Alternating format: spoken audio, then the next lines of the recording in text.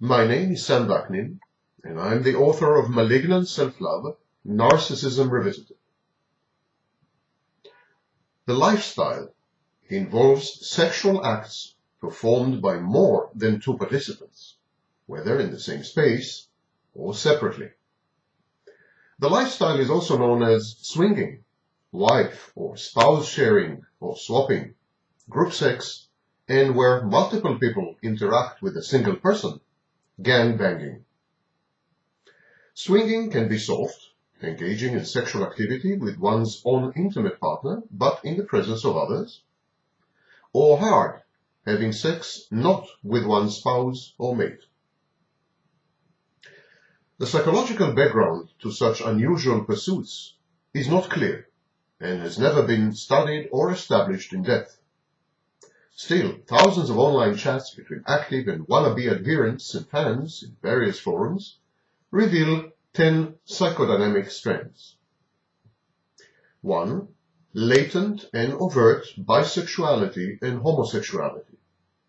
Both men and women adopt swinging as a way to sample same-sex experiences in a tolerant, at times anonymous, and permissive environment. Then there is the slut-Madonna complex. To be sexually attracted to their spouses, some men need to debase and humiliate them by witnessing their sluttish conduct with others. These men find it difficult to have regular intimate sex with women to whom they are emotionally attached and whose probity is beyond doubt.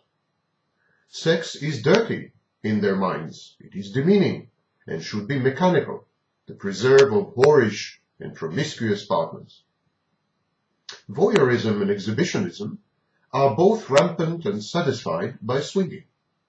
Oftentimes, those who partake in the lifestyle document their exploits on video and share photos and saucy verbal descriptions with each other.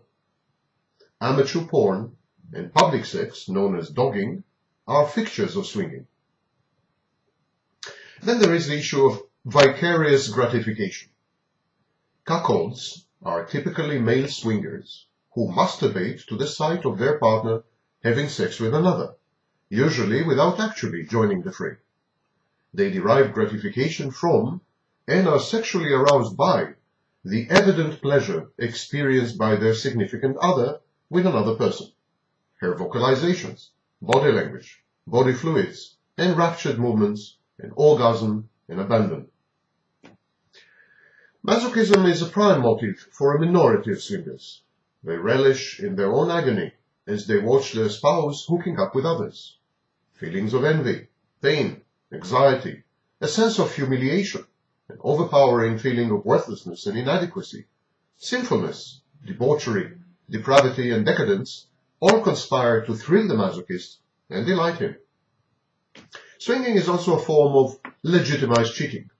It spices up the stale sex lives of the players and neutralizes the emotional and financial risks and threats associated with furtive extramarital escapades.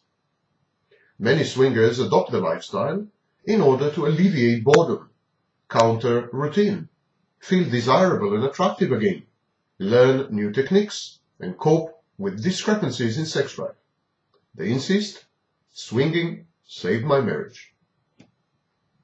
Some swingers use the lifestyle to display or exhibit their partners, casting them as desired and desirable trophies or status symbols.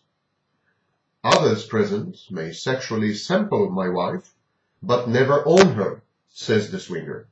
It's a form of restricted access, which causes her suitors much envy and frustration. I am the one who ends up going home with her, these swingers brag, thus reaffirming their own irresistibility and attractiveness. The lifestyle is a roller coaster of serial relationships, mostly with strangers. It is therefore thrilling, risky, and exciting, and provokes anxiety, romantic jealousy, and guilt for having dragged the partner into the lifestyle or for not having restrained her in time. There is also a recurrent fear of losing the partner, owing to a growing emotional or sexual bonds with one of her casual F-buddies, or friends with benefits. Swinging results in an adrenaline rush a high, and in addictive periods of calm after these self-inflicted psychosexual storms. Swinging calls for the objectification of the sexual partner. Many swingers prefer to remain anonymous in settings like lifestyle retreats or group sex and orgies. They are thus reduced to genitalia and erogenous zones enmeshed in autoerotic and narcissistic acts of masturbatory gratification, using other people's bodies as mere props. Other practitioners of swinging actually prefer to swing only with close friends, using sex as a form of intimacy-enhancing recreation. Finally, nudity has a pronounced aesthetic dimension. When multiple naked bodies intertwine, the combination can amount to a work of art, a flesh and blood throbbing sculpture. Many swingers find sex to be the most supreme form of artistic experience, an interconnectedness that enhances empathy and communication and provides extreme sensual pleasure. It is also great fun, the ultimate in entertainment, where novelty and familiarity merge to yield a unique journey with each new entrant and new experience.